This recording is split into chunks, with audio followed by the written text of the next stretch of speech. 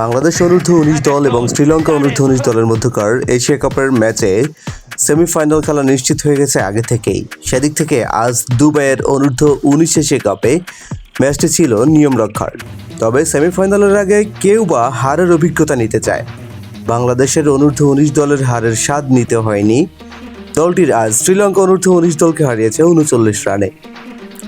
টসে হেরে ব্যাটিং করতে নেমে বাংলাদেশের যুবরা তুলেছিল 225 রান।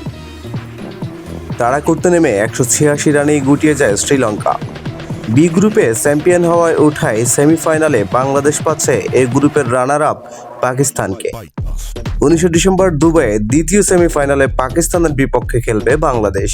আজও বাংলাদেশের হয়ে দারুণ খেলেছেন জাওয়াদ আবরার।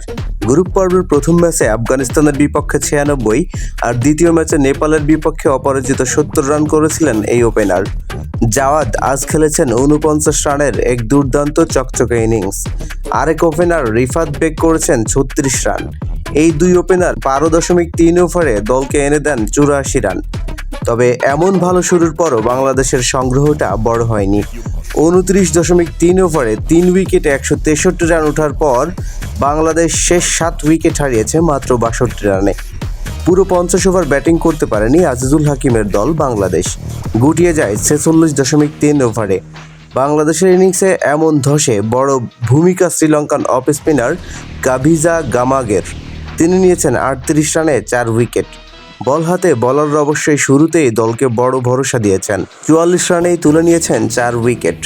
ইকবাল হোসেন, সামিউল বশিররা এই ধাক্কা সামলে উঠতে না পারা শ্রীলঙ্কা এক পর্যায়ে 126 রানে হারায় 8ম উইকেট। তবে 9ম উইকেট জুটিতে 56 রানের জুটি করে আদহাম হিলিম ও রাসিথা নিমসারা কিছুটা প্রতিরোধের চেষ্টা করেন। তবে এই জুটি পরাজয়ের ব্যবধানই কমায়। বাংলাদেশের হয়ে 3টি করে উইকেট নিয়েছেন ইকবাল হোসেন ও শাহরিয়ার আহমেদ। শ্রীলঙ্কা সেমিফাইনালে খেলবে ভারত অনূর্ধ্ব-19 দলের বিপক্ষে। ম্যাচ সেরা হয়েছেন বাংলাদেশের ইকবাল হোসেন।